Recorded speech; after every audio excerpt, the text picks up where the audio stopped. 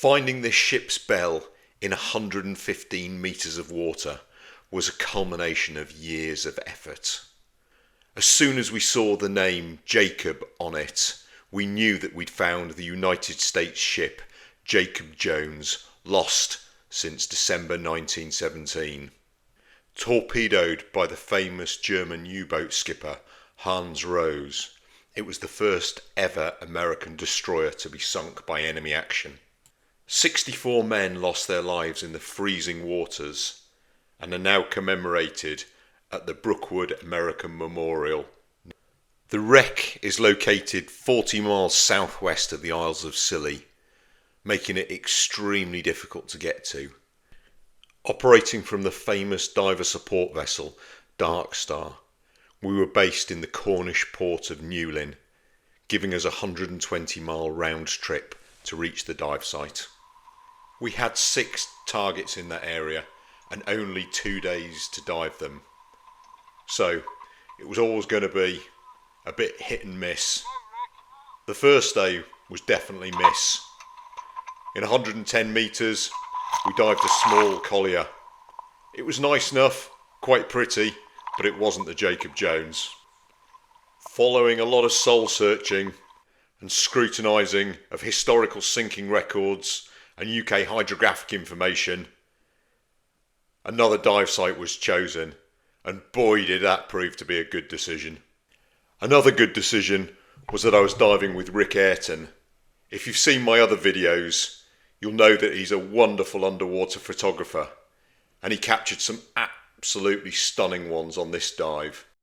The photo of the bell that you've already seen at the beginning of this video was one of his, but he also got a load more, and I've put them together towards the end of this video. If you fast forward to the 13 minutes and 30 seconds point, you'll see them. It's also notable that Rick is the person who found the bell, and he found it super quickly. I was still faffing around sorting out my strobes and the other bottom of dive admin that we tend to do when I heard a load of shouting, and it was Rick.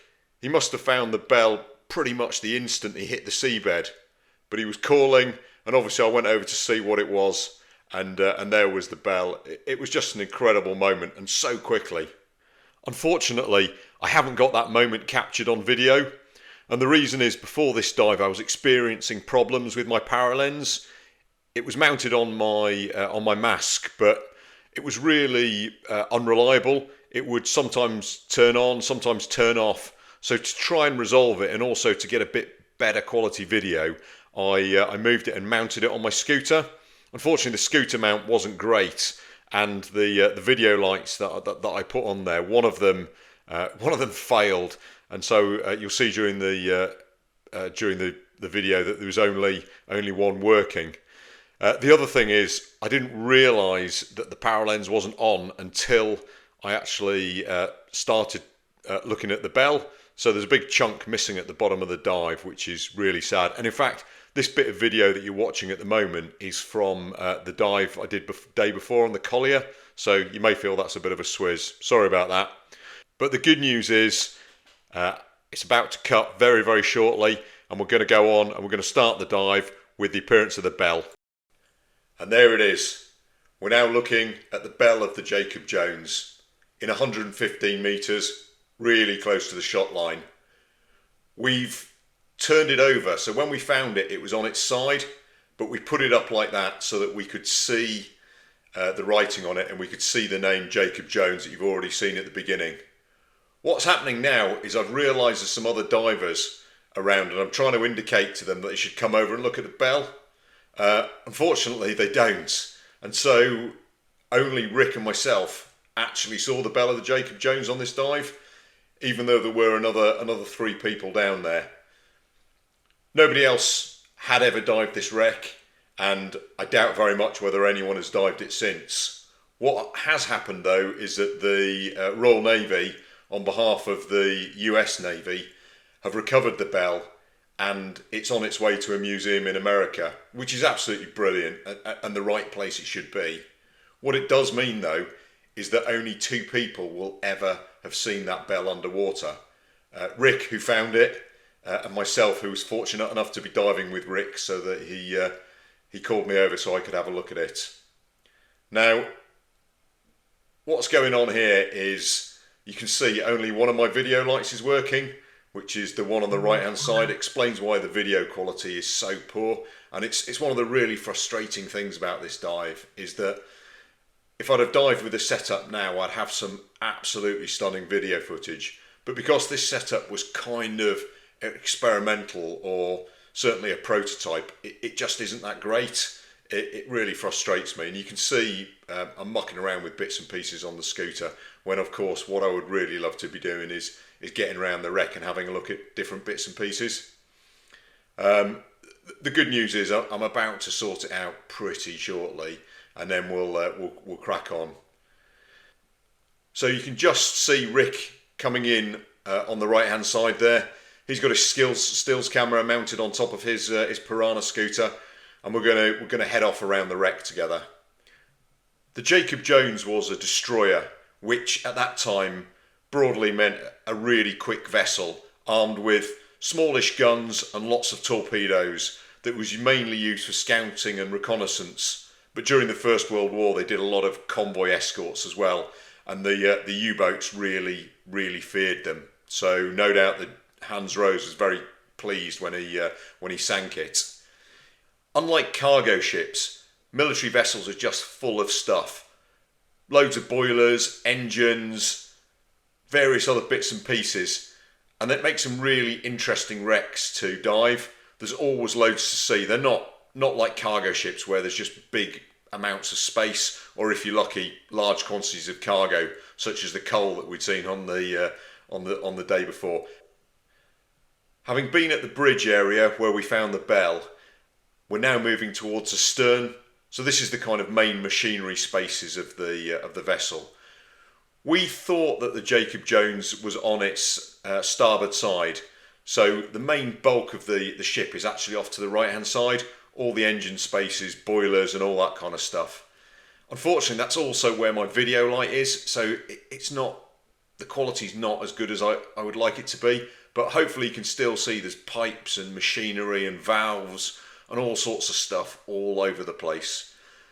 I guess the other thing to mention is that in my left hand I've got my main torch, which is run on from a canister on my rebreather.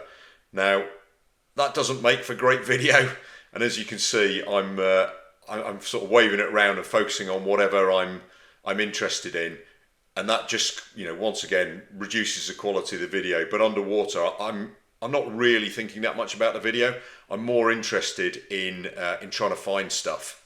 Now, what's really interesting is I'm about to find something, and if you can have a look to the right hand side, you can see it. This is a torpedo tube. In the middle you can see the mounting, the circular mounting, which was used to kind of aim it, and then that's looking at one end of the torpedo tube. I think this was actually a pair of torpedo tubes, so the other one would be underneath it, probably under the sand. The Jacob Jones had 4 pairs of torpedo tubes, so that's one of them there. These would have been made of bronze, and absolute incredible things. As you can see though, I'm not hanging around. It's 115 meters, really limited dive time. There was actually a load of current on this site as well. You can probably see it's coming towards me at the moment. I'm actually really lucky I've got the scooter, which reduces a lot of the work down there. Only Rick and myself had scooters. The other guys were finning, and they all came up and reported how difficult it was. So very few of them managed to see as much of the wreck as we did. Now the next interesting thing is just coming up in front of me here. You can see this big, I guess, tube or pipe that's got a 90-degree bend in it. And if you have a look at the end of that 90-degree bend, is actually a prop. So this is one of the propellers from the Jacob Jones, and you think, what needs to happen to a vessel for a prop shaft to have a 90-degree bend in it? Absolutely incredible. The Jacob Jones was torpedoed in the stern, so my view and the view of Rick is that was probably something that happened during the initial explosion. But I think it just shows the scale of destruction that was wrought on a relatively small ship. The torpedoes at the time were designed for sinking much, much bigger cargo ships, so it would have had a lot of explosives in it, and that massive amount of explosives hitting a small vessel like the Jacob Jones blew the back to smithereens, and caused that 90-degree bend. This is us moving back towards the front of the ship. As I do so, going over the top of something that may well be a steam turbine underneath me there. Difficult to say for certain, but it had that look. Now heading back over, this is the port side of the ship, or what's left of it. So I'm a bit higher up than I was earlier on, where I was on the seabed. Once again, I'm looking down into the machinery spaces. You can see, things that could be engines. There's a load of pipes there. There's going to be some boilers. At some point, you'll see the boiler tubes. But there's the strobes, and that's my way home. At the end of a dive like this, it's always a good feeling to get back to them and know that you're all sorted for your ascent.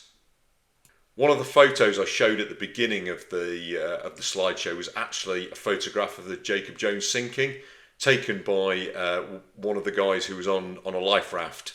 It didn't sink instantly, so they did have enough time to get off. But I think a load of the life rafts were actually destroyed in the initial explosion, so there wasn't enough space for everyone to get on board them. Very famously, one of the junior officers on the Jacob Jones was in the water and spent his time swimming from one life raft to another, and speaking to the guys who were hanging on the side of it, encouraging them to hang on and to endure and to wait for help. Very, very sadly, he died. We should definitely take a moment, though, to remember the heroics of Lieutenant Junior Grade Stanton Frederick Kalk. He was 23 years old when he died, and the US Navy awarded him the Distinguished Service Medal for his self-sacrifice. Someone else who comes out of this really well is actually Hans Rose, the German skipper.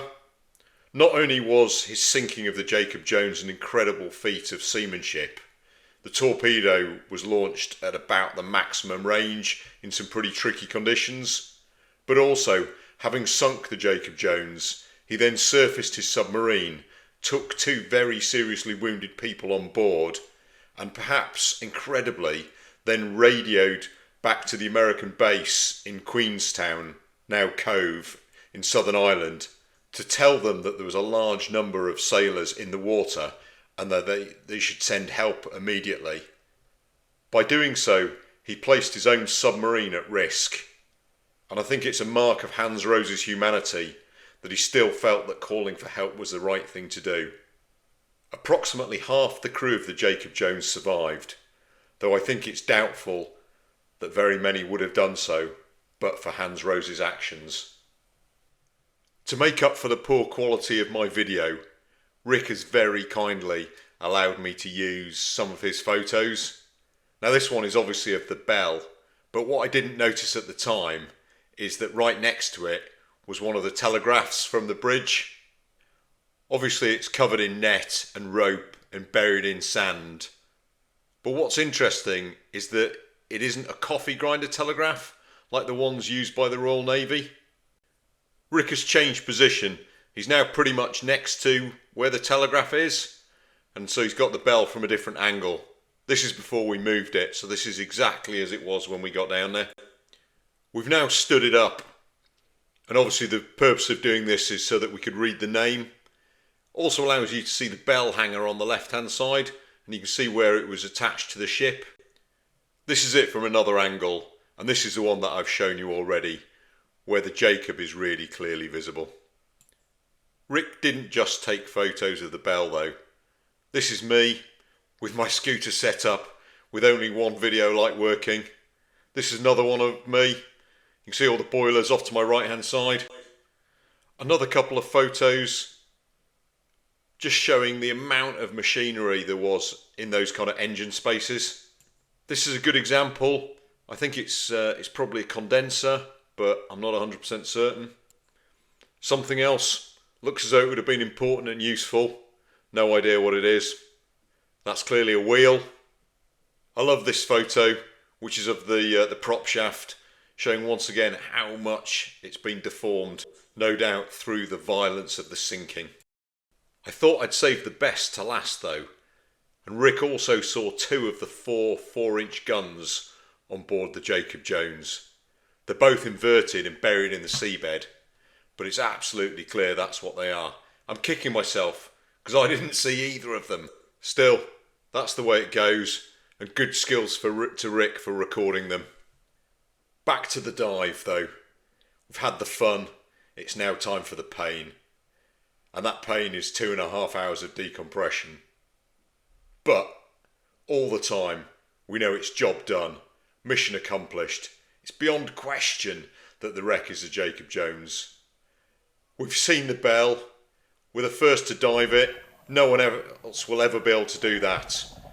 That's just an incredible feeling, and the sort of thing that sustains you through long periods of deco. Here I am, just towards the end. It's not actually the Jacob Jones, it's the Collier dive on the day before, but you get the idea. I'm ascending up to the surface. We've been drifting for hours, and as always, there's just the hope that the boat's there. Now, I know it's there because I've heard it, so that's not a concern. But here I am, looking around. We're just miles and miles offshore, and there it is. Brilliant. Darkstar, here to come and pick me up, get me out of the water. I'm really keen to do that. We're so lucky in Mark Dixon, the skipper of Darkstar. He's done the most incredible dives himself. He's a proper pioneer. Doesn't do it really these days, but he's all about the expeditions. He's all about the finding new stuff. And the fact that he's willing to take us out and do this kind of thing, we're just so fortunate. As a diver, he knows exactly what divers want. He knows how to look after them, and he's a great skipper. So here I am, just at the back of the boat, just waiting for the call to come round, get on the lift, and then they'll get me out of water. And some of the other guys who've already got out already will be there to kind of give us a hand, get my gear off, get me sat down, because this moment when all of a sudden the lift comes up, all that weight comes back on you, all the gear that you're carrying, gravity suddenly returns with a vengeance. It's always an interesting moment, but having people willing to kind of help you out, to get the gear off you, it's just fantastic. Well, that's another one of my diving videos coming to a close. I very much hope you've enjoyed it. I hope if you have, you'll put a comment, you'll like it, you'll share it with your mates, and of course, if you haven't already done so, please subscribe. That would be brilliant. Okay, well, thank you, and hope you enjoy my next video.